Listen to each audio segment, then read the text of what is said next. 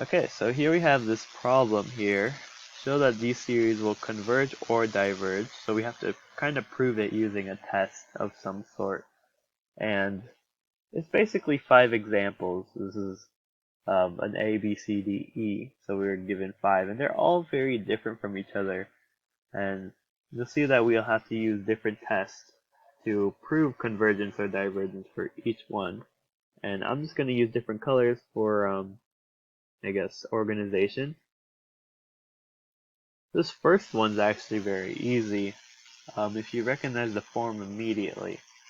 It is the form of a p-series, which might look weird because it's n times something n, but if I were to combine them under one n, it's going to be n to the 3/2, right? You can add the exponents.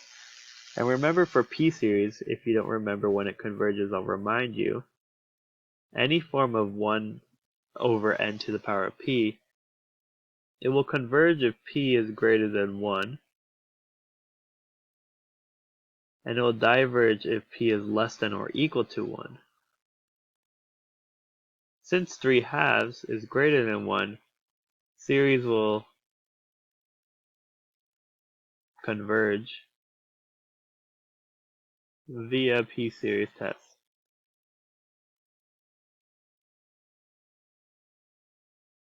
And that's the answer to part A.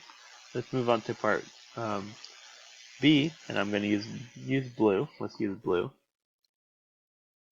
Part B is also a very simple one if you recognize the form.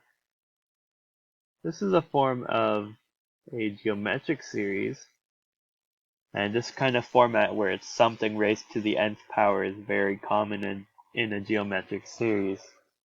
All we have to do is look at this value here, negative 2/3. If it lies between this interval, it will converge. Otherwise, if it's negative 1, 1, or outside this interval, it will diverge. Since it's between here, it's not equal to. I accidentally wrote less than or equal to, but it's only less than. Since it's between this, it will converge. This one's a very easy, I guess, test.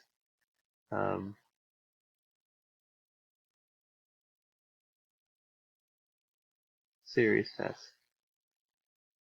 That one was very simple. Let's move on to part C. I'm going to use green for this one. Part C, 1 over a natural log of n. Okay, that one looks very interesting. Let's see what we can do. I'm going to compare it actually.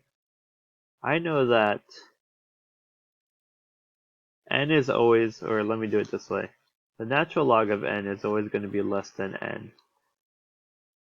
This is a true statement. Always true for values that are, I think all values of n that is defined on at least. If I take the reciprocal of both sides, however, the inequality actually flips, right? Because now it's not going to be greater than, it's going to be 1 divided by something that's greater than, so the inequality must flip. It's a property of an inequality. And I'll also say that this is also greater than 0. Notice that this is always greater than 0. And I'm just going to rewrite it just to be a little bit more readable. And with this inequality, because I made it such that 0, it's always, these two series are greater than 0, I can use the direct comparison test. So I'm going to scroll down from here. Since I know this series diverges to the p-series,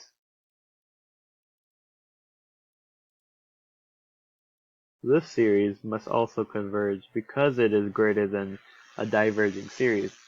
If this is a greater than a diverging series, this must also diverge. And we just use the direct comparison test, DCT. I guess that's how I abbreviate it. Now you move on to part D, and this one's actually one of the harder examples. Part D, let me just copy it down, and then I'll scroll down afterwards. Usually when you can't immediately recognize the form, we actually have to, I guess the but I would say like the one that you can apply to almost everything is the ratio test, or anything that's usually something raised to the power of n or n factorial. You can usually use a ratio test.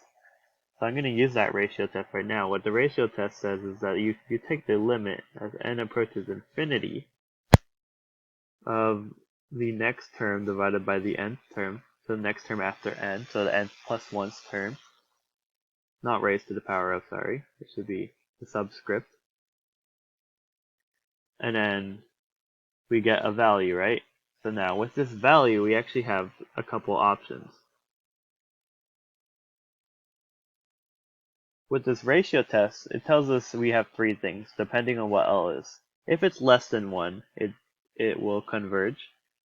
Another way you can think about this is that since it's less than 1, it's kind of like almost a geometric series in a way, where you're pretty much getting smaller and smaller terms. But almost not, because it is not going to be a consistent value. This one's inconclusive, meaning we have to use another test. And then this one's divergent. So let's apply it to this case. I'm going to scroll right here.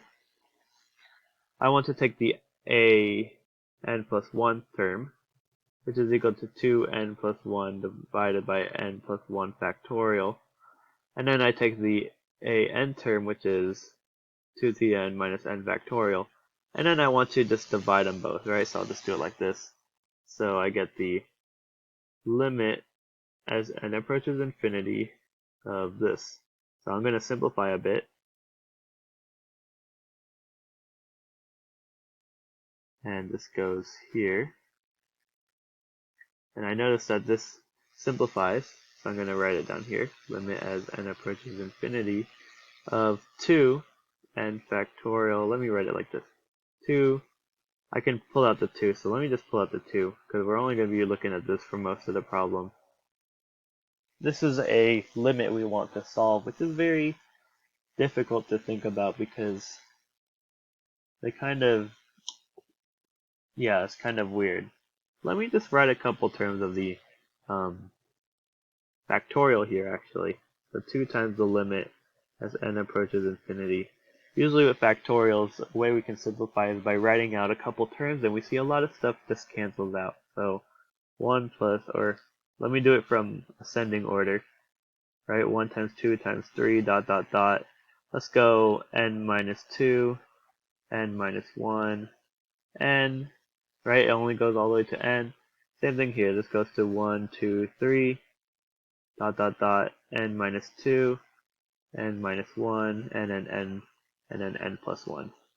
Notice that a bunch of stuff cancels out, right? The 1 cancels out with the 1, the 2, 2, and the 3, 3. We keep going, and we see that we're left with 2 times the limit that then approaches infinity of 1 divided by this, right? And I guess I'll carry down the absolute value since I forgot to. So I just do this, and notice that this approaches, what does it approach? 0. So it's 2 times 0. It's going to be 0, so it will converge. Since it is less than 1, through the ratio test. Another way, the way I actually did it the first time I looked at this problem, is that I immediately realized it was a type of Taylor series almost. It was in fact, I'll just quickly do this one. It's the Taylor series of e to the x minus 1, and it's just plugged in x equals 2, so it's equal to e squared minus 1, which is a number, so it converges. I just gave you a quick explanation of that, but that's only if you realize it at first. It's a Taylor series for e to the x, or Taylor expansion for e to the x. And that actually saves you a lot of work if you recognize that, but I just wanted to do practice with ratio tests, especially because ratio tests can take a lot of work sometimes. And now the last one, part E. So I'm going to use E in this color. E, let me just copy it down. Okay. This one is kind of interesting and tricky because we cannot use the direct comparison test since this gets to negative values.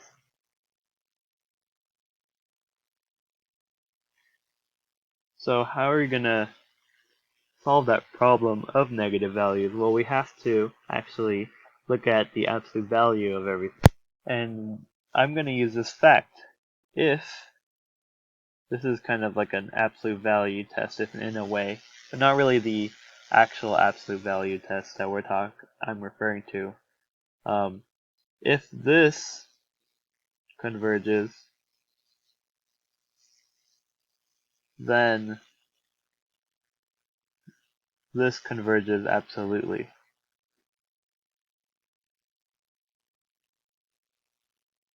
That's the fact I'm going to use. So I'm going to take the absolute value of this actually. So